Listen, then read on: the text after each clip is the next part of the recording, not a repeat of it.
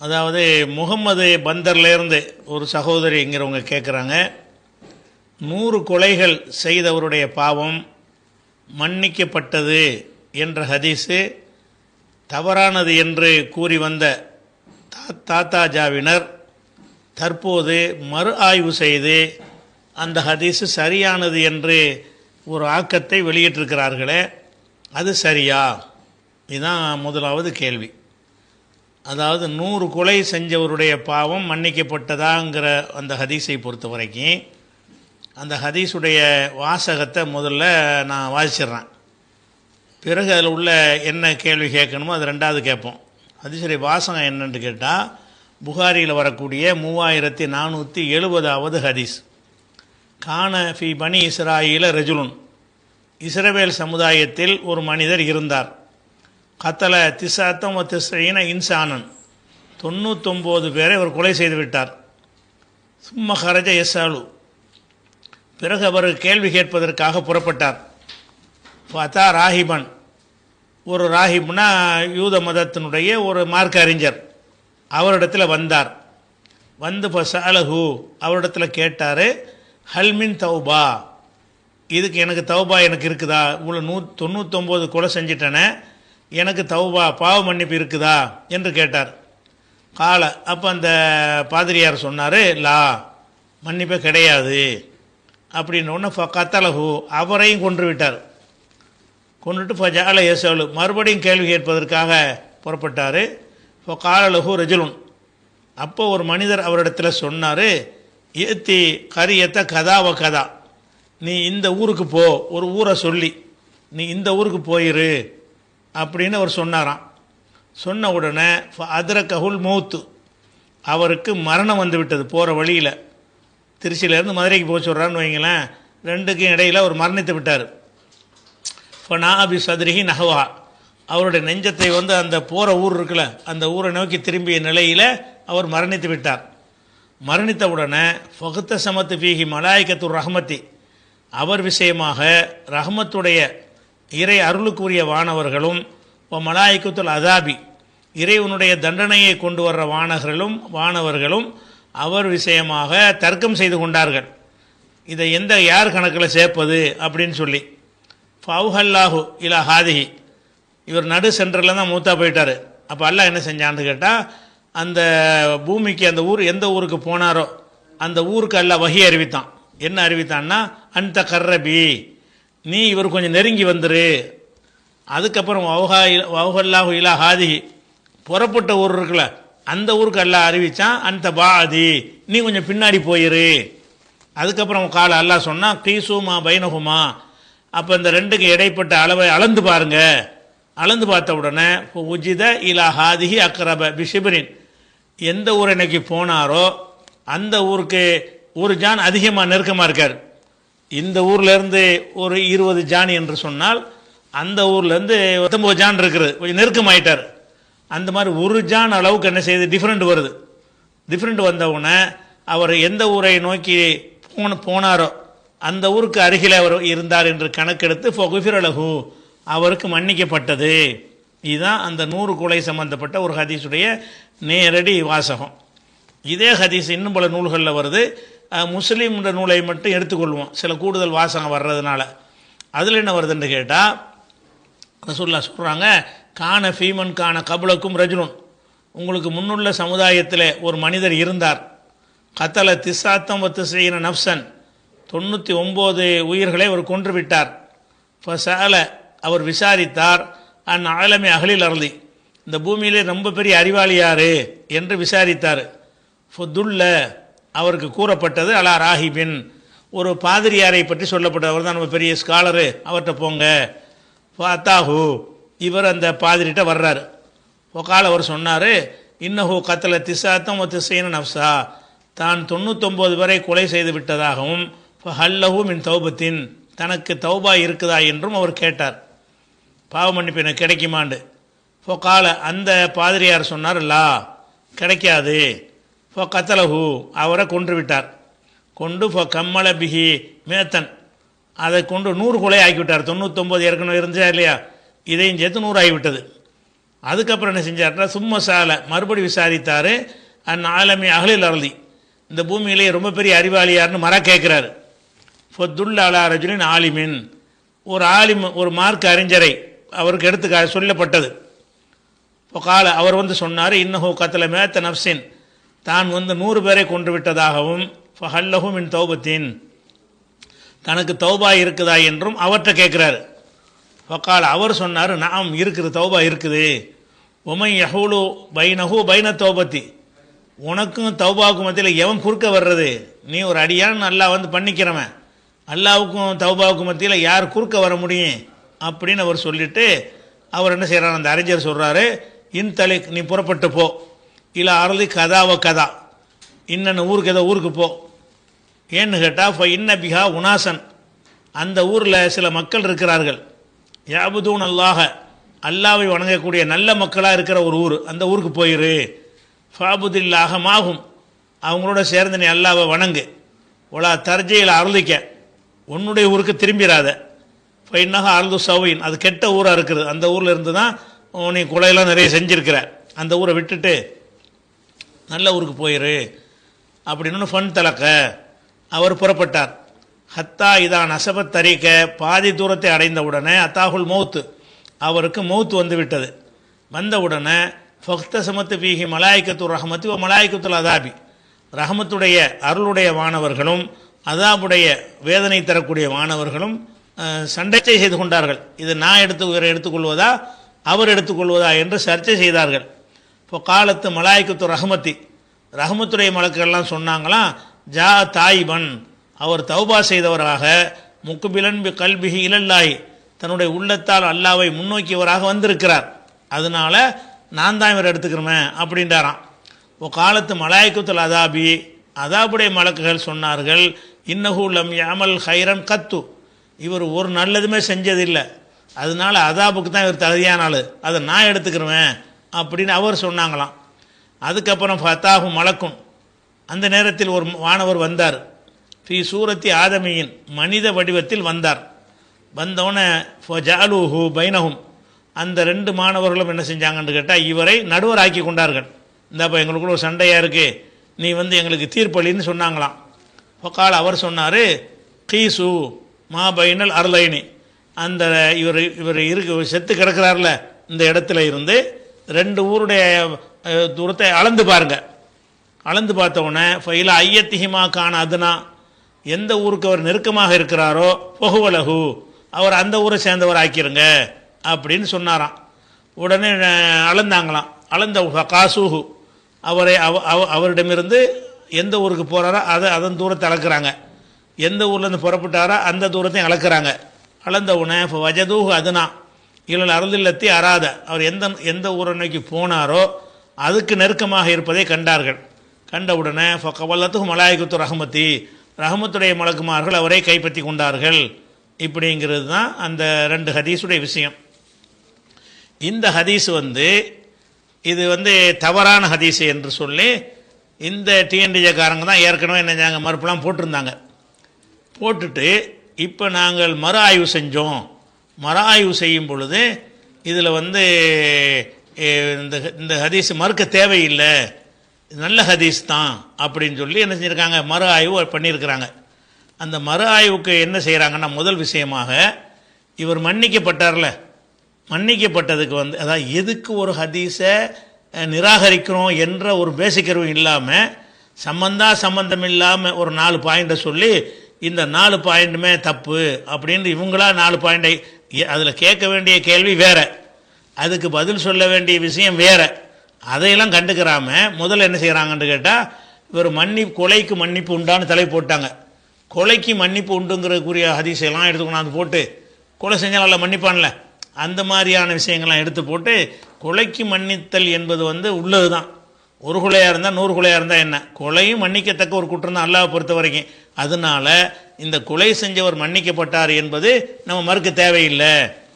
அதாவது நம்ம எதுக்கு மறுத்தோன்னு விளங்கலை, அவருக்கு மன்னிப்பு உண்டா இல்லையா என்பதற்காக வேண்டி நம்ம இதை மறுக்கலை. இதில் சொல்லப்படுற பல விஷயத்தை நான் ஹதீஸை வாசித்து காட்டிட்டேன். பல விஷயங்கள் அதில் வருகிறது. ரொம்ப இஸ்லாமிய அடிப்படைக்கு மாற்றமானது, மலக்குகளை பற்றிய நம்பிக்கைக்கு மாற்றமானது, ப்ராக்டிக்கலாக ஒரு நடைமுறைக்கு மாற்றமானது நிறைய அம்சம் அதில் இருக்கிறது. அதையெல்லாம் கவனிக்காமல் இதுக்கு என்ன பதில் சொல்கிறாங்க? அவர் மன்னிக்கப்பட்டான்னு வருதில்ல, அல்ல மன்னிக்க மாட்டானா?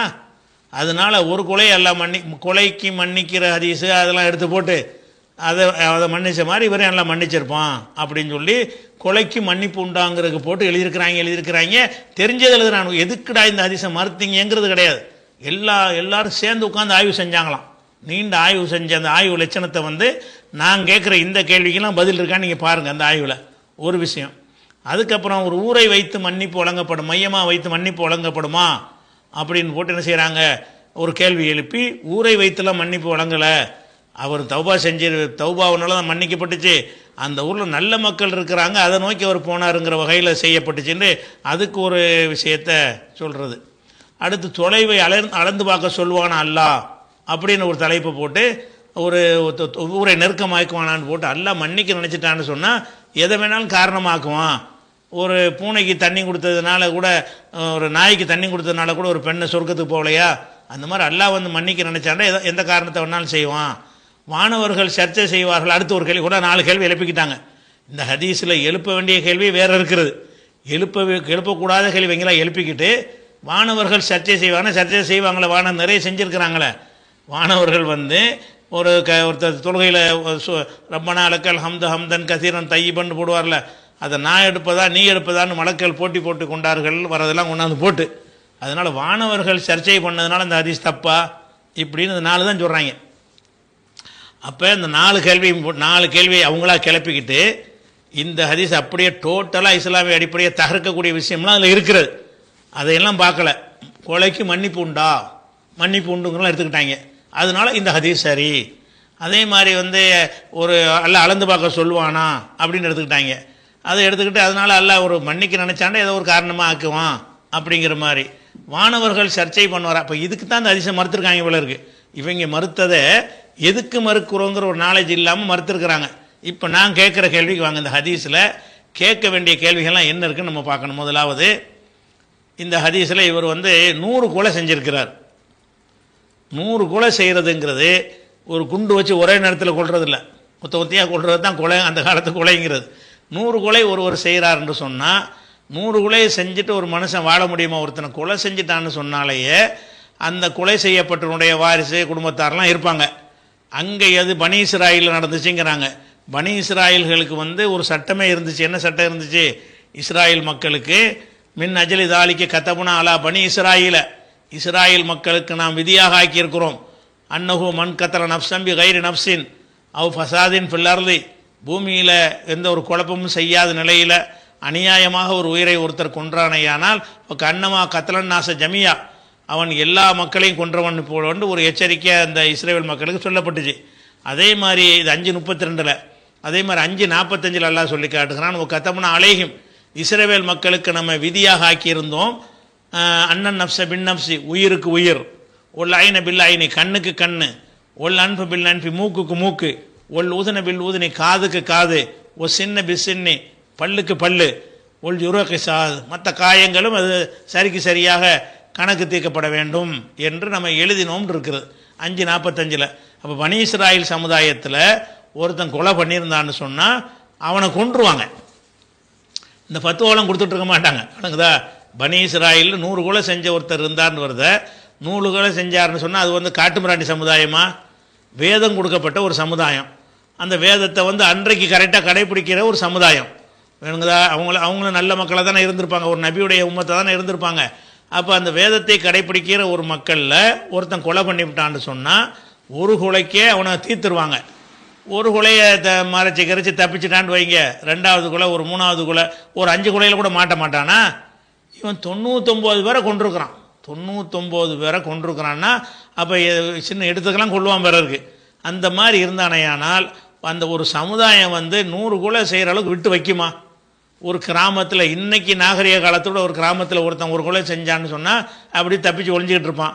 2 கொலை செய்வான். அப்புறம் என்னடா எல்லாம் மீறி போகிறானே, இவனை போட்டு தள்ளணுமேங்கிற மாதிரி அந்த கொல்லப்பட்டவனுடைய வாரிசுகளை போய் இணைஞ்சிருவாங்கன்னா போட்டு தள்ளிடுவாங்க. அரசாங்கத்தில் தண்டிக்காட்டால் கூட அந்த பாதிக்கு 100 பேரை கொண்டுன்னு சொன்னால் ஒவ்வொரு மனுஷனுக்கு ஒரு 10 வாரிசு இருப்பான். அப்போ 1000 பேராச்சு. அப்போ 1000 பேர் என்ன செய்வான்டா, இவனை எப்படிடா காலி பண்ணணும்னு நிற்க மாட்டான். அப்படி இருக்கும் பொழுது இவன் சாதாரணமாக பாதிரிட்ட பத்துவா கேட்குறான். அடே உனக்கு மரண தண்டனை தான்டா இருக்குதுன்னு சொல்லி அவரை சொல்லணுமா இல்லையா? அவரை சொல்லலை. முதல் விஷயம் என்னன்னு கேட்டால், இப்படி 100 கொலை செஞ்சவன்லாம் இருக்க முடியாதுங்க, அந்த இஸ்ரவேல் சமுதாயத்தில் இருக்க முடியாது. அப்போ இஸ்ரவேல் சமுதாயத்தில் இப்படி தான் இருக்குன்றத அல்லாஹ் ஒரு விதியாக்கி வைத்திருக்கிறான். பொதுவாக எந்த ஒரு சமுதாயமாக இருந்தாலும் சரி, கொலை செஞ்சிட்டான்னு சொன்னால் அதை லேசாக எடுத்துக்கிற மாட்டாங்க.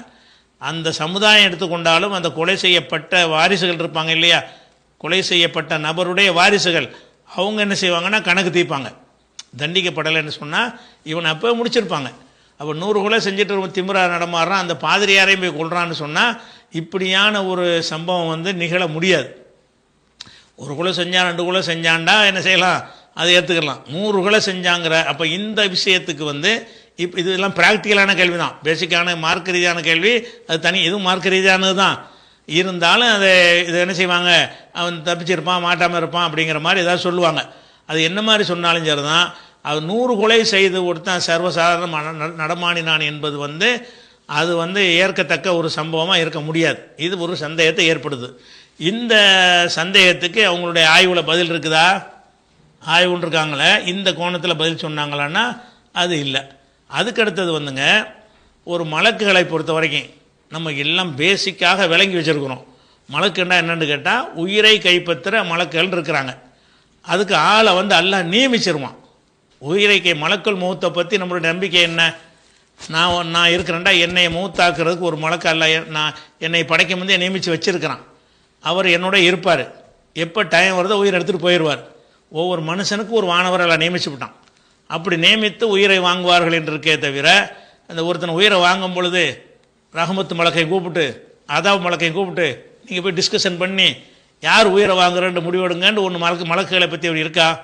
மலக்குகள் சம்பந்தமாக இவர் விஷயமா எதுக்கு மலக்குகள் சர்ச்சை பண்ணணும்? உயிர் எடுக்கிற விஷயம் தானே.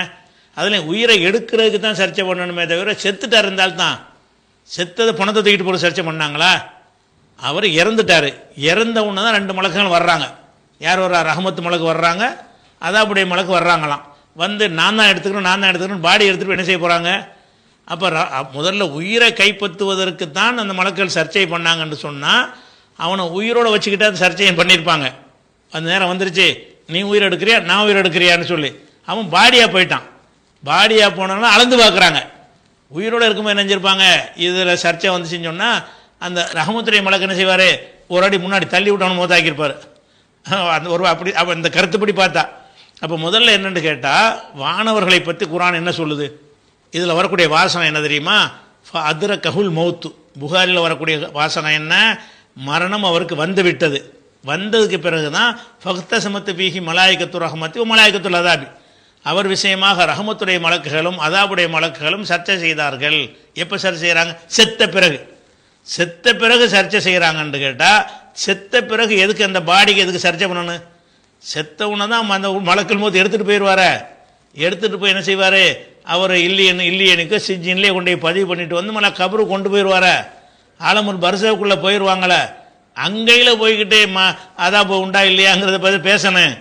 அப்போ செத்து போன ஒரு ஆள் விஷயமாக மலக்கு எதுக்கு சர்ச்சை பண்ணுறாங்க? அப்படி வருது. அதுக்கு அடுத்தது என்னென்னு கேட்டால், அதுலேயும் அப்படி தான் வருது. முஸ்லீமில் என்ன வருதுன்னு கேட்டால், ஹத்தா இதா நசபத் தரீக, அவர் பாதி வழியை அடைந்த உடனே அத்தாகுல் மௌத்து அவருக்கு வந்து விட்டது. வந்த உடனே ஃபக்த சமத்து வீஹி மலாய்கத்து ரஹமத்தி ஓ மலாய்கத்துல் அதாபி, ரஹமத்துடைய மலக்குகளும் அதாபுடைய மலக்குகளும் அவர் விஷயமாக சண்டை போட்டு கொண்டார்கள் அப்படின்னு வருது. அப்போ நம்ம குர்ஆனில் என்ன சொல்லப்படுதுன்னு கேட்டால், உயிரை கைப்பற்ற வானவர்கள் வருவாங்கள்ல, வரும்போது ஒரு கைப்பற்றுறதுக்குன்னு யாரை நியமிக்க பிடிச்சி அவர் தான் வருவார். 2 விதமான மலக்குகளை போய் ஒவ்வொருத்தனை உயிரை கைப்பற்றும் போதும் நீ பிடிக்கிறியா நான் பிடிக்கிறான்னு டிஸ்கஸ் பண்ணி சண்டை போட்டு கைப்பற்ற மாட்டாங்க. கைப்பற்றுறதுக்குன்னு உள்ள மலக்கை நியமிச்சார்னா அவர் பாட்டு எடுத்துகிட்டு போயிடுவார். நல்லவனையும் அப்படி கைப்பற்றுவார், கெட்டவனையும் கைப்பற்றிட்டு போயிடுவார். அவனுக்குள்ள மலக்கள். அதை பற்றி அல்லாஹ் சொல்லும்போது 497 வசனத்தில் சொல்லுகிறான், இன்னல்லதீன தவஃபாஹுல் மலாயிகத்துல் ஆலிமி அம்புசியும், அநியாயக்காரங்களுடைய உயிர்களை மலக்குமார்கள் கைப்பற்றும் பொழுது காலு ஃபீம குன்தும், எப்படிப்பா நீங்கள் இருந்தீங்க என்று கேட்டுக்கொண்டு கைப்பற்றுவார்கள் அப்படின்னு வருது.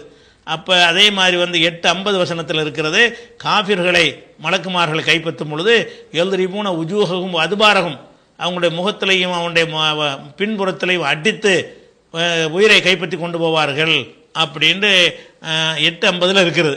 அதே மாதிரி 16:28 வந்து அல்லதீன தத்த வஃபாகுல் மலாய்க்கத்துல் ஆலிமி அம்புசியும் அநீதிழைத்த நிலையில் மலக்குகள் யாரை கைப்பற்றுகிறார்களோ கைப்பற்றும் போது ஃபால்கவு சலம அவங்க சரணாகதியை அந்த மலக்கள்கிட்ட சொல்லுவாங்க, நாங்கள் தெரியாமல் செஞ்சிட்டோம், எங்களை கைப்பற்றிடாது ஏண்டு மாக்குன்னா நாமளும் மின்சுயின் நாங்கள் தப்புலாம் செய்யலே வாங்கலாம் அப்படின்னு சொன்னோன்னே அல்லாஹ் என்ன செய்வான், அப்போ உங்களை பிடிச்சிட்டு போயிடுவான். அதே மாதிரி வந்து நல்லடியார்கள் உயிரை கைப்பற்றும் போது எப்படி வருது, 16:32 வருகிறது. அல்லதீன தத்த வஃபாகுல் மலாய்க்கத்து தையீபீன நல்ல தூய்மையான நிலையில் இருப்பவருடைய உயிரை அல்லாஹ் கைப்பற்றுவான். மலக்குமார்கள் கைப்பற்றுவார்கள். யக்குல்ன சொல்வார்கள், சலாமுன் அலைக்கும் உங்கள் மீது சாந்தி உண்டாகட்டுமாக, உதுகுலுல் ஜன்னா சொர்க்கத்துக்கு நுழையுங்கள் என்று அப்படின்னு மலக்குமார்கள் சொல்லி கைப்பற்றுவார்கள் இருக்கு. அது 16:32. 32:11 ஒரு அற்புதமான ஒரு வசனமாக இருக்கிறது. குல் நபியை நீங்கள் சொல்லுங்கள், எத்தவஃபாக்கும் உங்களை கைப்பற்றுவார்கள் மலக்குல் மௌத்தி மலக்குல் மௌத்து கைப்பற்றுவார், அல்லது உக்கிலபிக்கும் உங்களுக்கு நியமிக்கப்பட்ட, அதாவது ஒவ்வொரு ஆளுடைய உயிரை கைப்பற்றுவதற்கு ஒரு மலக்கு நியமிச்சிருக்கிறான். இந்த இஸ்ராயில் தான் மலக்குல் மௌத்துன்னு சொல்கிறாங்க, அது கட்டுக்கிறது. அது இஸ்ராயில்னு ஒரு மலக்கே கிடையாது. ஒரு ஆளுக்கு எனக்கு ஒரு மலக்கு, உங்களுக்கு ஒரு மலக்கு, ஒவ்வொரு ஆளுக்கு ஒரு மலக்கு. ஏன் மலக்கு என்ன வேலைன்னா என்னை கைப்பற்றுறது மட்டும்தான் அவருடைய வேலை. அந்த டயத்துக்கு வெயிட் பண்ணிட்டு இருப்பார், புட்டின்னு அங்கே அந்த ஆர்டரும் பிடிச்சிடுவார் உடனே. அப்போ ஒவ்வொரு மனிதனுக்கும் உயிரை கைப்பற்றுற வானவர்கள் இருக்கிறார்கள் என்று 32:11 இருக்குது. அப்போ உயிரை கைப்பற்றுவதற்கு வானவர்களை நியமிச்சிட்டானே தவிர இங்கே வந்துட்டு 2 வகையான மலக்குகளை அனுப்பி நீங்கள் சர்ச்சை பண்ணி அவங்க டிசைட் பண்ணி எடுக்கிற மாதிரி எல்லாம் வைக்கவே இல்லை. இங்கே ரஹமத்துடைய மலக்குக்கு வேலை இல்லை, அதாவுடைய மலக்குக்கு வேலை இல்லை. உயிரை கைப்பற்றுறதுங்கிறது டிசைட் பண்ணப்பட்ட ஒரு விஷயம். இவன் போனானா இல்லையா, அவனை உயிரை கைப்பற்ற எந்த இடத்துல கைப்பற்றல நினைக்கிறானோ அந்த இடத்துல கைப்பற்றுமாறு அவனிடம் இருக்கிற மலக்கு இருப்பார். இந்த மலக்குகள்லாம் வேலை கிடையாது. ரஹமத் அதாவுடைய மலக்குகள்லாம் வேலையே கிடையாதுங்க. அவனை கைப்பற்றுற மலக்கை அல்ல அவனோட நியமித்து வைத்திருக்கிறான். எந்த இடத்தில் வைத்து கைப்பற்ற நினைக்கிறாரோ அவர் கைப்பற்ற போயிட்டே இருப்பார். அவர் எங்கே கொண்டு போகணுமோ அங்கே கொண்டு போவார். இல்லைன்னு கொண்டு போவார். நல்லதாக இருந்தால் ஏற்றுக்கிட்டு பதிவு பண்ணுவாங்க, கெட்டதாக இருந்தால் என்னை தூக்கிட்டு போயிருங்கன்றுவாங்க. சிஜ்ஜீனில் கொண்டு வந்து கெட்டவங்களுடைய பதிவேடு அதில் கொண்டு ரெஜிஸ்டர் பண்ணுவார். எல்லாம் ஒரு மைக்ரோ செகண்ட் நடந்துடும். அதுக்கு பிறகு கொண்டு போய் தான் அந்த பரிசக்கூடிய வாழ்க்கையில் வச்சு அவனை வந்து தண்டிக்கிறது, சில சுகங்களை கொடுக்கறதெல்லாம் நடக்க போகுது. அப்படி இருக்கும்போது இந்த சம்பவத்தை பாருங்கள். ஒருத்தன் இறந்துட்டான், இறந்ததுக்கு பிறகு மலக்குமாருக்கு என்ன வேலை? இறந்த உயிரை அவர் எடுத்துகிட்டு போயிட்டார் மலக்குல் மௌத். இங்கனுக்குள்ளே வெறும் பணம் தான் கிடக்கிறது. அந்த எடுத்துகிட்டு போனவர் என்ன செய்வார், அவர் இல்லின்னு கொண்டு போவார், இல்லை சிஜ்ஜின்னு கொண்டு போவார்னு இருக்கிறது. கொண்டு போன பிறகு பாலமுல் பரிசகளை கொண்டே விட்டுருவார். அங்கே போன பிறகு கேள்வி கணக்கெல்லாம் கேட்கப்படும். அதுக்கு தனி ஆளுக்கு இருக்கிறாங்க. இவங்களுக்கு வேலை கிடையாது. ரஹமத்துடைய மலக்கா அது மாதிரி அந்த மாதிரி கேள்வியெல்லாம் கேட்கப்பட்டு ஒழுங்காக பதில் சொன்னால் தூங்கு அப்படிம்பாங்க. கெட்டவனாக இருந்தாலும் அவனை அடிச்சுக்கிட்டே இருப்பாங்க. அப்படிங்கிற மாதிரி வருகிறது. அப்போ வந்து ஒருத்தர் இறந்துட்டான்னு சொன்னால் அவனை என்ன மாதிரி மலக்குமார்கள் எந்த மலக்கு எடுப்பாங்க, எப்படி டீல் பண்ணுவார்கள் என்கிற விஷயங்கள்லாம் தெளிவாக குரானில் சொல்லப்பட்டிருக்கும் பொழுது இங்கே என்ன பண்ணுறாங்கன்னா பணத்தை வச்சுக்கிட்டு சண்டை போடுறாங்க மலக்குமார்கள். இந்த பணத்தை நான் பணத்தை எடுத்துகிட்டு என்ன செய்ய போகிறாங்க? உயிரை தானே கைப்பற்றினா, ஏற்கனவே ஆல்ரெடி கைப்பற்றியாச்சே. இவங்க சண்டை போடுறதுக்கு முன்னாடியே கைப்பற்றியாச்சு. அது மாத்திரம் இல்லாமங்க அல்லாஹ் வந்து அவன் அவன் அவன் டிசைட் பண்ணி சொல்லுவான், நீங்களாக பார்த்து மசோரா பண்ணி செய்யுங்கன்னு. எதுக்குமே எல்லாம் விட மாட்டாங்க. உயிரை அவன் நல்லவனில் சேர்க்கிறதா கெட்டவனில் சேர்க்கிறதாங்கிறது அளந்து பார்த்து செய்கிற மாதிரி எல்லாம் செய்ய மாட்டான். அல்லாஹ் என்ன செஞ்சிருப்பான், உனக்கு இப்படின்னா பிடிச்சிருவாங்க, விடுனா விட்டுருவாங்க. அதான் அல்லாஹ்வுடையது. அதில் நல்லவனில் சேர்க்கிறதா கெட்டவனில் சேர்க்கிறதாங்கிற முடிவு எடுக்கிற அதிகாரமும் மலக்குகள் மசோரா பண்ணி செய்கிற மாதிரி ஒரு நடுவர் வந்து தீர்ப்பளிக்கிற மாதிரியும் அல்லாஹ்வுடைய செட்டப் இருக்கிறது இல்லை. அவன் தௌபா கேட்டான்ல, அல்லாஹ் ஏற்றுக்கிட்டான், அதோட முடிஞ்சு வச்சுக்காத. அல்லாஹ் அவன் ஏற்றுக்கிட்டான் என்பதோட முடிஞ்சு போய்விட்டும் போது இந்த மலக்குமார்கள் வந்து அதில் சர்ச்சை. அதில் வேடிக்கை முஸ்லீமுடைய ஹதீஸில் என்ன வரும்னு கேட்டால், முதல் செத்துட்டான்னு சொல்லிடுவாங்க, செத்த பிறகு சண்டை நடக்கும், அதுக்கப்புறமேல செவ்வரை கைப்பற்றுவான்னு 2வது வரும். அதில் என்ன வரும், முஸ்லீமுடைய ஹதீஸிலேயே ஆரம்பிக்கும் போது அவன் செத்த உடனே சண்டை போடுவாங்கன்னு வரும். சண்டை போட்ட உடனே கடைசியில் எந்த ஊருக்கு அருகில் இருக்கான்னு அளந்து பாருங்க, அளந்து பார்த்துட்டு எந்த ஊரை நோக்கி பயணப்பட்டானோ அந்த ஊருக்கு தான் நெருக்கத்தில் இருக்கிறான்னு சொல்லி முடிவாயிரும். முடிவானு என்ன செய்வாங்கன்னு கேட்டால் அந்த ரஹமத்துடைய மலக்க ஒன்றை கைப்பற்றுவாருங்கிறது. கைப்பற்ற என்ன இருக்குது, கைப்பற்றியாச்சு ஏற்கனவே. அவன் செத்தானே கிடக்கிறான். அப்போ செத்து கிடக்கிற ஒருத்தனை வந்து அப்படி செய்வார்னு சொல்லும் பொழுது இது வந்து செத்த பிறகு நம்ம சர்ச்சை மலக்குமார்கள் சர்ச்சை பண்ணுவார்கள் என்பதற்கு போட்டு விளக்கம் சொல்கிறாங்க. மலக்கு சர்ச்சை பண்ண மாட்டாங்களாண்டு. அடே மலக்கு சர்ச்சை பண்ணுவாங்கன்னு டாபிக் இல்லை. இந்த சம்பவத்தில் என்ன சொல்லப்படுதோ அந்த சர்ச்சை இருக்குமா? செத்ததுக்கு பிறகு மலக்குமாருக்கு என்ன வேலை, அது அதுக்கு தான் நியமித்து வச்சிருக்கிறானே, அவங்களும் அதை பார்த்துக்குருவாங்க. கபூரில் முன்கரணைக்கிற மலக்கள் நியமித்து வச்சுருக்கிறான், உயிரை கைப்பற்ற மலக்குள் மௌத்தை நியமித்து வச்சுருக்கிறான். அவருக்கு எடுத்துக்கிட்டு வர போயிட்டார். போனதுக்கு பிறகு அந்த மலக்கெல்லாம் இங்கே வர்றாங்க, அளந்து பார்க்குற வேலைக்கு என்ன இருக்குது. அப்போ இங்கே அளந்து பார்த்தா அவர் தான் எடுத்துகிட்டு போயிட்டாரா உயிரை அவர் கொண்டு போயிட்டார். இவங்க அளந்து பார்த்தாங்கன்னு வருது. அந்த ஒரு விஷயத்தை பார்க்கும் பொழுது இது இருவகை வானவர்களை வைத்து தான் அல்ல உயிரை கைப்பற்றுவானா? யாரையாவது கைப்பற்ற நினைச்சான்னு சொன்னால் ரஹமத்துடைய மலக்கை அனுப்பி, அதாபுடைய மலக்கை அனுப்பி நீங்கள் டிஸ்கஸ் பண்ணி அவனை எதில் சேர்க்கறன்னு முடிவு எடுத்து கைப்பற்றுங்கன்னு சொல்லுவானா அல்லா? அப்போ அல்லாஹ் ரெண்டு பேருக்கும் ஒரே மாதிரியான ஆளுக்கு தான், ஒவ்வொருத்தருக்கும் ஒரு மலக்கு தான். ரஹமத்துடைய மலக்கு அதாபுடைய மலக்கு கணக்கெல்லாம் கிடையாது. உயிரை கைப்பற்றுறதுக்கு உயிரை கைப்பற்றுறவருக்கு அந்த டியூட்டி கிடையாது. நல்லவனாக இருந்தாலும் பிடிப்பார், கெட்டவனாக இருந்தாலும் பிடிப்பார். அவருடைய வேலையெல்லாம் என்னன்னு கேட்டால் உயிரை கைப்பற்றிட்டு போகிற ஒன்று தான். கெட்டவனை கைப்பற்றும் போது நாண்டை அடித்து கைப்பற்றுவார், நல்லவனை கைப்பற்றும் வாங்க அஸ்ஸலாமு அலைக்கும் வாங்கன்னு கூட்டிகிட்டு போவார் என்று இருக்கிறது குர்ஆனில். அப்போ நல்லவனை கைப்பற்ற நியமிக்கப்பட்ட மலக்கு அந்த வேலையை செய்வார். அப்போ அந்த மாதிரி அந்த ஹதீஸை சொன்னால் கூட ஓரளவுக்கு குர்ஆனுக்கு ஒத்து வருதுன்னு சொல்லிடலாம். அல்லாஹ் கைப்பற்றும் போது அந்த மலக்குல் மௌத்து கேட்டார், இறைவா இவனை எப்படி நான் அடித்து கைப்பற்றவா, அன்பா கூட்டிகிட்டு போவான்னு அந்த மலக்குல் மௌத்து கேட்டார்னு சொன்னாலாச்சே குர்ஆனில் சொன்னதை ஒட்டுன ஒரு விளக்கமாக இருக்கிறது. இதில் மலக்குல் மௌத்துன்னு ஒரு அல்லாஹ் நியமித்து ஒரு சிஸ்டத்தை அவன் நடத்திக்கிட்டு இருக்கிறான். அதுக்கடையில் குறுக்கீடு செஞ்சு இந்த மாதிரி ஒரு ரெண்டு பேரும் சண்டை போடுற மாதிரி ஒரு ஏற்பாடு பண்ணுறான்னா அது என்னத்துக்கு? இது அவங்க சண்டை போட்டு எதுக்கு சண்டை போட்டாங்க? பாடிக்கா வேண்டியா? இந்த பாடியை தூக்கிட்டு என்ன செய்ய போகிறாங்க? அப்போ அந்த பாடியை அந்த மக்கள் கொண்டு அடைக்கிடுவாங்க. வழங்குதா? அது ரூஹை ஆலமுல் அர்வாஹ் அவங்க எடுத்துகிட்டு போயிட்டாங்க. அப்போ நம்ம என்ன பார்க்குறோம்னு கேட்டால் மலக்குகளை பற்றி நமக்கு ஒரு மார்க்கத்தில் ஒரு நம்பிக்கை இருக்குது. அந்த நம்பிக்கைக்கு ஏற்ப இது இருக்குதா? அப்போ இதுக்கு பதில் விளக்கண ஆய்வு பண்ணியிருக்கிறாங்களே, இதெல்லாம் அவ்வளோ பேரும் சேர்ந்து கூடியிருக்கிறாங்க. கூடி இருக்கும்பொழுது இதில் என்ன சொல்லப்படுது? மலக்கு ஏன் சண்டை போடுறாங்க? உயிரை கைப்பற்றுறதுக்கு இதெல்லாம் நீ யோசிக்கணுமா இல்லையா? உயிரை கைப்பற்றுறதுக்கு மலக்கு தனியாவில் இருக்கிறாங்க, அவங்க கைப்பற்றிட்டு போயிடுவாங்களே. கைப்பற்றிட்டு போன பிறகு இந்த பணத்துக்கு எதுக்கு சண்டை போடுறாங்க? அப்படி நடந்து இருக்குமான்னு அப்படி சிந்திக்கணுமா இல்லையா? எல்லாரும் சேர்ந்து ஆய்வு பண்ணாங்களாம். இதில் பிழை இல்லைன்னு கண்டறிஞ்சிட்டாங்களாம். என்ன ஆய்வு பண்ணாங்களாம்? தேவையில்லாத 4 பாயிண்ட் எடுத்து இந்த 4 பாயிண்ட் இதில் இல்லை, நீ சொன்ன 4 பாயிண்ட் தேவையில்லை, நான் சொன்ன பாயிண்ட்டுக்கு சொல்லி. இப்போ மலக்கு யார் கைப்பற்றுவா உயிரை? கைப்பற்றின பிறகு இவங்களுக்கு என்ன வேலை? கைப்பற்றிட்டு போன பிறகு என்ன நடக்கும்னு சொல்லப்பட்டிருக்கா இல்லையா? அப்போ கைப்பற்றினோன்னு மலக்குமார்கள் எடுத்துக்கிட்டு போவாங்கன்னு இருக்க உயிரை எடுத்துட்டு கபருக்கு நேராக போவாதுங்க. கைப்பற்றின செகண்டு இல்லையின் நல்ல ஒரு பதிவீடு மேலே இருக்கிறது, அங்கே கொண்டு போவாங்க. அங்கே உள்ளவங்க என்ன சொல்லுவாங்க? நல்லவனில் பதிவு செய்ததா தகுதியானவனாக இருந்தால் கொண்டு வான்னு ரிஜிஸ்டர் பண்ணுவாங்க. அப்படி இல்லைன்னா இவனை இல்லைன்னு கொண்டு போயிடுவாங்க, அதல பாதாளத்தை கொண்டு வருவாங்க. அவனை அங்கே உள்ள ரிஜிஸ்டரில் பதிவு பண்ணுவாங்க. அடுத்த செகண்டு கபருக்கு கொண்டு போவாங்க, பர்சகுக்கு. அதுக்கப்புறம் தான் விசாரணை எல்லாம் நடக்கும். இப்படி எல்லா செட்டப்புகளுமே அதுக்கு என்று நியமிக்கப்பட்ட மாணவர்கள் வழியாக நடக்கும்னு சொல்லப்பட்டிருக்கும் பொழுது இங்கே என்ன நடக்குதுன்னு கேட்டால், செத்து போன பிறகு சண்டை போடுவாங்களா? சரி, செத்து போன பிறகு எதுக்கு சண்டை போடுறது? உயிரை கைப்பற்றுறதுக்குன்னு வருது. செத்து போயிட்டாராம், சண்டை போட்டுக்கிட்டாங்களாம். அப்புறமேலே ரஹமத்துடைய மலக்கு உயிரை கைப்பற்றுறாராம். செத்து போனவனுக்கு உயிர் கொடுத்து கைப்பற்றினான்ல. அப்போ நல்லா ஒரு குழப்பி அடிக்கிற ஹதீஸ் நல்லா தெரியுது. இந்த ஹதீஸ் ரசூலுல்லாஹ் சொல்லியிருக்க மாட்டாங்க என்பதற்கு அந்த வாசகங்களை நமக்கு ஆதாரமாக இருக்குது. அடுத்து என்னன்னு கேட்டால், இது ஒரு கேள்வி. முதல்ல 100 கொலை செஞ்சுட்டு ஒருத்தன் இருக்க முடியாது. இஸ்ராயல் மக்களுக்கு ஒரு சட்டம் இருந்துச்சு, அதை அவங்க கடைப்பிடிப்பாங்க.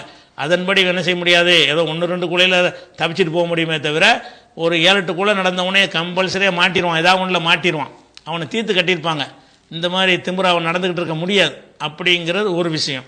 அந்த சம்பவமே என்னவாயிருச்சு? இல்லை அதை வச்சு கொலைக்கு மன்னிப்பு இல்லையாருலாம் வாதம் பண்ணக்கூடாது.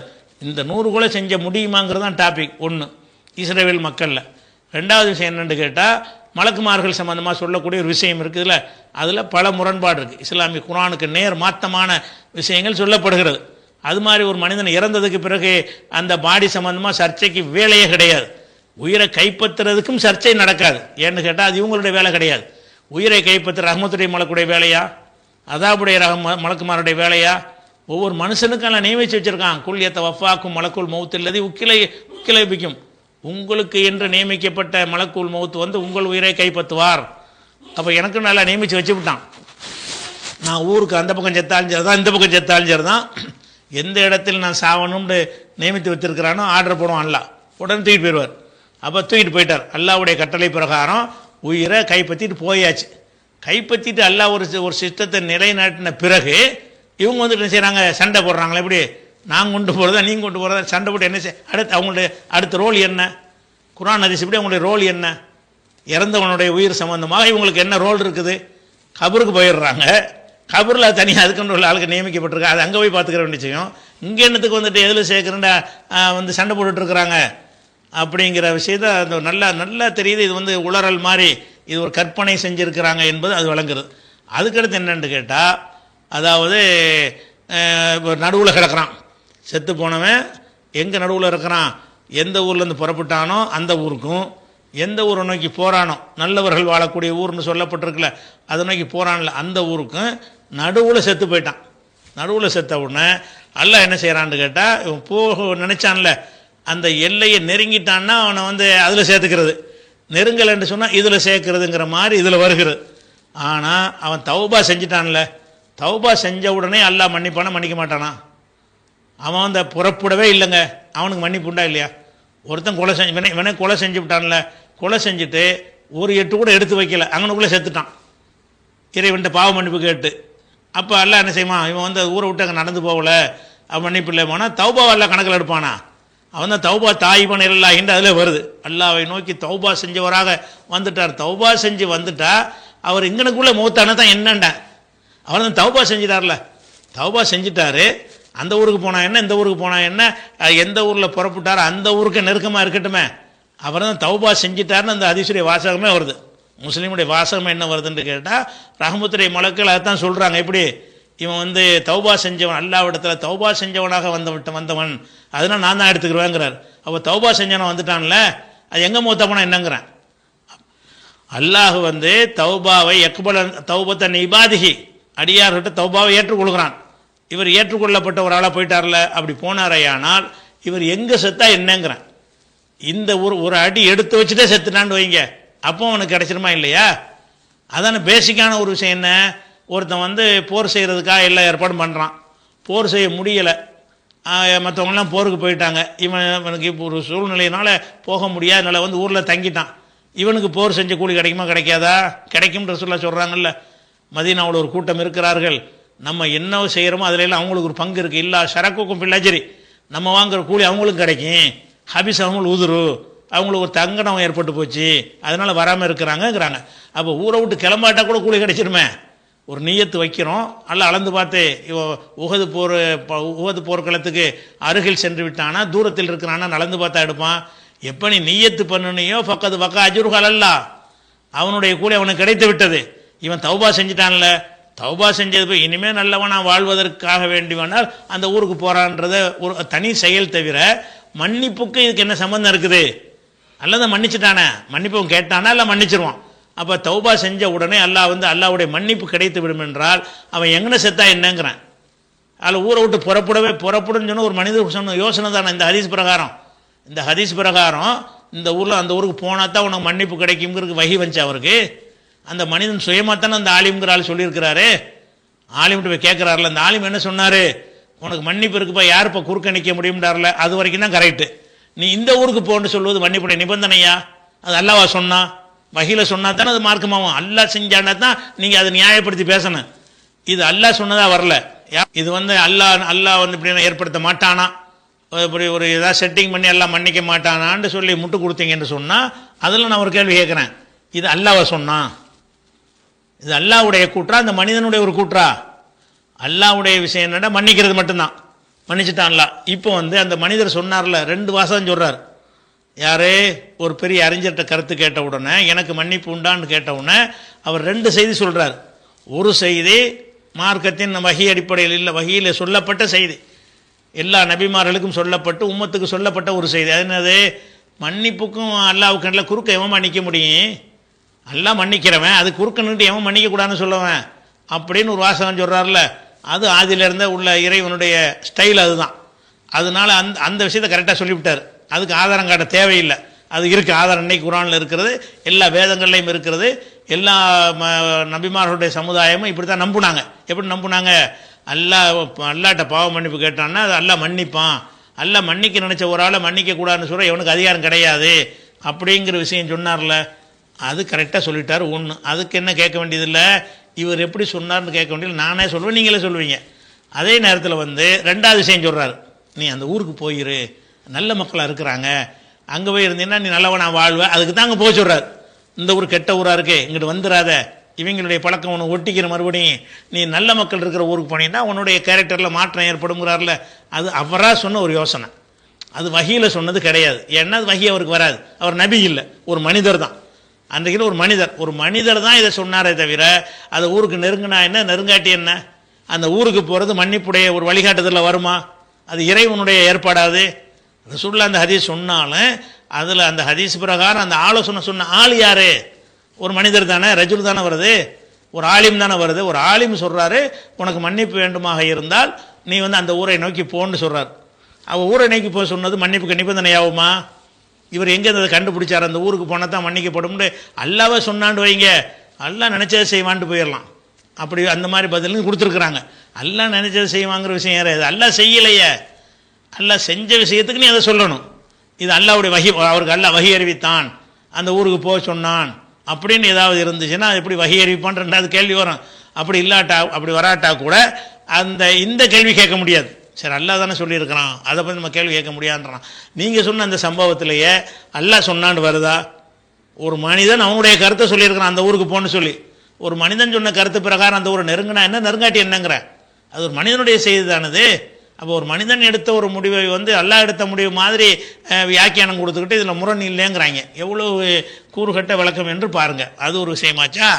அதுக்கடுத்து என்ன முக்கியமான விஷயம்னு கேட்டால், அல்லாஹ் என்ன செய்கிறான்னா, மலக்குமா சண்டை போட்டாங்கல்ல, அது அல்லாவே சொன்னான் என்று புகாரில் வருகிறது.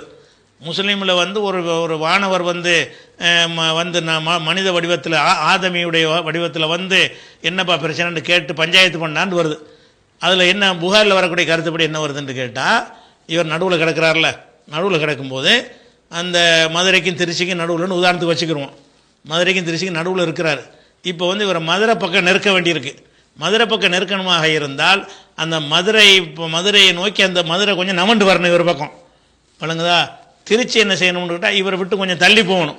அப்போ அளந்து பார்த்தோம்னு சொன்னால் இவர் மதுரைக்கு நெருக்கமாக இருப்பார் அப்படிங்கிற ஒரு கருத்துப்பட அல்லாஹ் என்ன செஞ்சானா, மதுரைக்கு அறிவிக்கிறானா. மதுரைக்கு என்ன செஞ்சான், நீ கொஞ்சம் நெருங்கி வா. திருச்சிக்கு அறிவிச்சானா, நீ இந்த பாடியை விட்டு கொஞ்சம் தள்ளி போ அப்படின்னோடனே இப்போ நடுவில் கிடந்தவர் இணைஞ்சிட்டாருன்னு கேட்டால் மதுரைக்கு நெருங்கிட்டார். மதுரைக்கு தானே புறப்பட்டு போனார், நெருங்கிட்டார். இப்போ அளந்து பார்த்தோம்னு சொன்னால் இவருடைய பாடி மதுரை கிட்ட தான் கிடக்குது, இவருடைய பாடி திருச்சியை விட்டு தூரமாக இருக்கிறது அப்படின்னு சொல்லி முடிவெடுத்தாங்கங்கிறீல்ல. இது போகிற போக்கில் சொல்லிட்டு போகிறதுக்கு அல்லாஹ் என்ன வேண்டாலும் செய்வான்னு சொல்லலாம், ஓடுற விஷயம் கிடையாது. ஏன்னு கேட்டால் இந்த ஒரு செயல் நடந்தால் என்ன ஏற்படும்? அதாவது பாடி இங்கே கிடக்குதுங்க, இது மதுரை நவண்டு வருதுன்னா என்னமோ ஆடு மாடு நவண்டு வர்ற மாதிரி நினச்சிக்கிட்டு அந்த அதிசயம் விளங்குறாங்க. மதுரை நவருதுன்னா என்ன அர்த்தம்? மதுரைன்னா நிலம் தானே, நிலப்பரப்பு நகர்ந்துச்சுன்னு சொன்னால் மதுரை அந்த கோட்டில் உள்ள அம்புட்டு ஊர்களுமே என்ன செஞ்சிடறேன், கதிகிழங்கி போய் பூகம்பம் ஏற்பட்டு ஒரு சின்ன நூலளவுக்கு நவண்டாலே பல கட்டிடங்கள் தரசன்னு இடிஞ்சு விழுந்துடும். பூமி ஒரு அளவுக்கு நகர்ந்து இந்த பாடிக்கு கிட்ட வரணுங்கிறதுக்காக வேண்டி அந்த மதுரைங்கிறது இப்படி நெருங்கி வந்துச்சுன்னு சொன்னால் என்னவாயிரம், அதுக்கு பின்னுள்ள வகைலாம் அது நெருங்கிட்டே வரணும். அப்படி நெருங்கி வந்தால் ஒட்டுமொத்த பூமியும் அது பாதிக்கும். ஒரு இடத்துல அப்படி நகர்ந்துச்சுன்னு சொன்னால் மதுரைக்கு அடுத்த ஊர் அது நகரம், அதுக்கு அடுத்த ஊர் நகரம், அதுக்கு அடுத்த ஊர் நகரம், நகரம்னா நடுவில் கேப் விழுந்து போயிருமே அது நகரம். அப்படி ஒட்டுமொத்த பூமியே அப்படி நகர்ந்தால் உலகம் முழுவதும் பூகம்பம் ஏற்பட்டு போயிடும். இப்படி ஒன்று நடந்திருக்குமே ஆனால் உலகம் முழுசும் பூகம்பம் ஏற்பட்டு போயிடும், கத்தி கலங்கி போய் அது மாதிரி பல விஷயங்கள் நடந்து போயிடும். அதே மாதிரி அது ஒரு பக்கம் போகும்போது இந்த பக்கம் இது பின்வாங்கி வேற போகுது. ரெண்டு பின்வாங்கி போனால் அது ரெண்டு சென்டர் பாயிண்டில் ரெண்டு முட்டிக்கிறோம். இப்போ அந்த இடத்துல இன்னும் கடுமையான ஒரு பேரழிவு ஏற்படக்கூடிய பூகம்பம் ஏற்பட்டுரும். அப்போ இந்த பாடியிலேருந்து இந்த பக்கத்துக்கு நவண்டு போனாலும் அங்கிட்ட உள்ள பூமி தள்ளிக்கிட்டே போகும்போது இது இழுத்துக்கிட்டே வரும். இது இழுக்க அது தள்ள, அப்போ ரெண்டும் சேரு கீழே 180 டிகிரி கீழே போய் பார்த்தீங்கன்னா ரெண்டு ஒரு ஒன்று முட்டினா என்னவாயிரம், பூமி கம்ப்ளீட்டாக பூமி அன்னைக்கே கேமத்தினால் வந்திருக்கும், அழிஞ்சு போயிருக்கும். அப்படி அந்த மாதிரி ஒரு பாடி எங்கே இருக்குன்னு நல்லா கருணையை கொண்டு மன்னிச்சிட்டுன்னு சொல்கிறத விட்டுவிட்டு கதை அளந்துருக்காங்க. நல்லா வழங்குது அது கதைண்டு எப்படி நமட்ட முடியும்? அது மட்டுமா ஏற்படுங்கிறிய பூகம்பம் ஏற்படுற மட்டும் கிடையாது. இதில் எல்லாமே அந்த சர்வே கிர்வே எல்லாம் மாறி போயிடும். ஏன் சொத்து முசத்தாக போயிடும். நவண்டு வச்சுன்னு வைங்களேன், ஏன் நவண்டுருச்சுன்னு சொன்னால் வேற ஒரு இடம் ஏன் இடத்துக்கு வந்துடும். அப்போ ஏன் சொத்து அது மயிலில் நவண்டுருச்சு, அளந்து பார்த்தா நீ இங்கே இருக்குது. அப்போ ஒவ்வொரு மனிதனுக்கும் ஒரு எல்லை வச்சு சொத்து வச்சுருப்பான். அந்த சொத்தும் சேர்ந்து நவண்டுக்கிறோம். அந்த நிலம் நவண்டுருச்சுன்னு என்னவாயிரும், இவனுக்கு சொந்தமான அடுத்தவனுக்கு சொந்தமாயிரும். இது உலகம் முழுவதும் இந்த மாதிரி ஏற்பட்டால் எவ்வளோ பெரிய ஒரு குழப்பம் ஏற்பட்டுரும். பூமியை போய் நவட்டுறதுன்னு சொல்லும்போது நவட்ட முடியாது. பூமிங்கிற ஒரு உருண்டை, அது உருண்டையாக இருக்கிற தனியாக பிரித்து அறுத்து லட்டு கேட்க இருக்கிற மாதிரி அறுத்தெல்லாம் செய்ய முடியாது. ஒன்றோட ஒன்று தொடர்புள்ள ஒரு விஷயம். அப்படி நவட்டின காரணத்தினால ஏற்படுற அந்த அதிர்வு இருக்குல்ல, அந்த அதிர்வின் மூலமாக ஏற்படுற ஒரு விஷயம் ஒன்று இருக்குது. எல்லாமே இடம் மாறிவிடும். எல்லாமே என்னவாயிரும், மணப்பாறையில் இருக்கிறது அடுத்த ஊருக்கு சேர்ந்துடும். ராலிமலையில் உள்ள மணப்பாறைக்கு வந்துடும். அப்போ அந்த சொத்து பத்து எல்லாத்துலேயுமே பெரிய பஞ்சாயத்து பெரிய பெரிய குழப்பம், உலகமே குழப்பத்தில் ஆகிவிடும். அப்படியான ஒருத்தருடைய சொத்து அடுத்தவனுக்கு, அதாவது இந்த பக்கம் உள்ளது முன்னேறுகிறது. முன்னேறக்கூடியதுன்னா என்ன உண்டு கேட்டால், இதுக்கு பின்னாடி உள்ள ஒவ்வொரு உரை அது இழுக்கும், ஒன்று இழுக்கும். இது பின்னேறுகிறது, இது தள்ளும், ஒவ்வொரு தள்ளும். இது அங்கிட்டு தள்ள, இது அங்கிட்டு இழுக்க, என்ன நடக்கும்னு யோசிச்சு பாருங்க. பூமியில் எவ்வளோ பெரிய அப்படி ஒன்றை எல்லாம் செய்வானா? இந்த சூரியன் மறைஞ்சிமாங்கல்ல, அலிரலியவனுக்காக அந்த மாதிரி கதையில் உள்ளதான் இது. அலி அவர்களுக்காக நினைஞ்சிருச்சு, சூரியன் மறைஞ்சு போச்சு, அவசரத்துள்ளன்னு சொன்னார். அதுக்காண்டி மறைஞ்ச சூரியன் உதிச்சுதுன்னு சொல்லி எழுதி வச்சுக்கிறாங்கல்ல. ஒரு நபிக்கு கூட நடந்ததாக எழுதி வச்சுக்கிறாங்கல்ல. இது நடக்குமா? சூரியன் உதிக்கிற அவருக்கு மட்டும் பர்சனல் விஷயமா? மறைஞ்ச சூரியன் உதிச்சுன்னா உலகம் பூரா குழம்பி போயிருமே. உலகத்திலாம் நோன்பு திறந்தவன்லாம் என்ன செய்வான், அவன் என்ன செய்வான்? எவ்வளோ பெரிய ஒரு பல பிரச்சனைகள் ஏற்படக்கூடிய ஒரு விஷயம். அதெல்லாம் அந்த மாதிரி விஷயங்களையெல்லாம் நம்ம எப்படி நிராகரிக்கிறோமோ அந்த மாதிரி ஒரு அம்சம் இதில் இருக்குது. அப்படி நினச்சா என்ன செய்யலாம்னா, ஒரு காத்தடிக்கை செஞ்சு அந்த பாடி எந்த பக்கம் தள்ளி விட்டானா எவ்வளோ ஈஸியான விஷயமா இருக்கு. வணங்குதா? அப்படி நெசமாக சொல்கிறேன். அப்படி கிட்டத்தில் அளவு தான் எடுப்பதாக இருந்தால் உலகத்துக்கு எந்த பிரச்சனையும் ஏற்படாமல், பூமிக்கு எந்த பாதகமும் ஏற்படாமல், அல்லது இருக்கிற ஒவ்வொருத்தன் சொத்து அடுத்தவனுக்கு சொந்தமாகாமல், எங்கேயும் அதிர்வு ஏற்படாமல் இந்த ஒருத்தனுக்கு முடிவெடுப்பதற்காக வேண்டி பூமியை ஒரு ஆட்டாடிப்பிட்டான்னு வருது. பூமி என்ன சாதாரண விஷயம் கிடையாது. என்னமோ போகிற போக்கில் சிறு பிள்ளைகளுக்கு கதை சொல்கிற மாதிரி இது அங்கிட்டு அவட்ட சொன்னான், எங்கிட்டு போக சொன்னான்டா, என்னென்ன ஆடு மாடு விரட்டி விடுற மாதிரி விஷயமா? பூமிடா, நீ வசிக்கிற பூமி, இதை போய் இப்படி தள்ளி விட்டா என்ன நடக்கும்? லேசான அதிர்வு வந்தாலும் ஒரு கட்டணம் மிஞ்சாதுங்க. அப்போ இவனை ஒரு ஜான் அளவுக்கு, ஒரு ஜான் நூல் அளவுக்கு வந்தாலே சரிஞ்சு போயிடும் பல பல பில்டிங்கள். இது என்ன நடந்திருக்கிறது?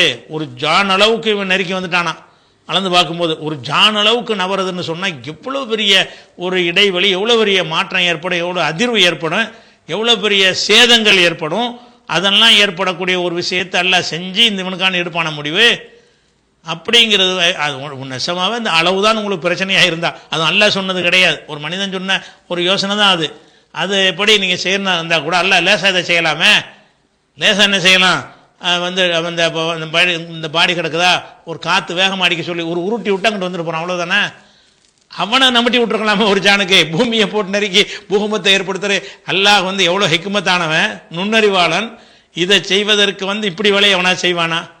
நடந்தால் என்ன பாதி, அதையா இன்னும் செய்வேன் நான் செய்வானா? படைச்ச ரப்புல் ஆலமீன் எவ்வளோ ஹக்கீமாக இருக்கக்கூடியவன்.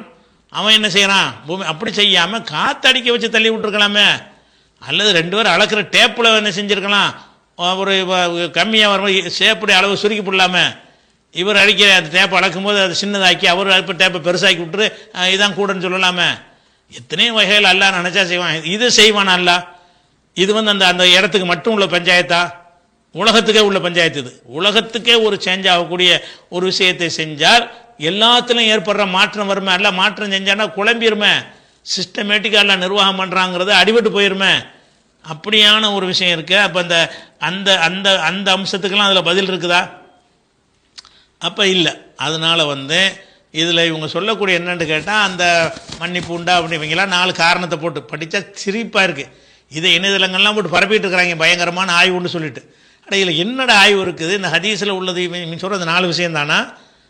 இவங்க இந்த ஹதீஸில் 4 விஷயத்தை இவங்களாம் கண்டுபிடிச்சி இந்த 4ம் தவறுன்னு சொல்லக்கூடாது அப்படிங்கிறாங்களே, அதான மேட்ரு. எதுலப்பா மேட்ரு? மலக்குமார்களை பற்றி நம்பிக்கையை தகர்க்குது இந்த ஹதீஸு. அப்படிங்கிற மலக்குள் மௌத்துனா என்ன? அதுக்கு மாற்றமாக இருக்குது. இது அதுக்கு பதில சொல்லு. உங்களோட ஆய்வில் அதை காணாம்.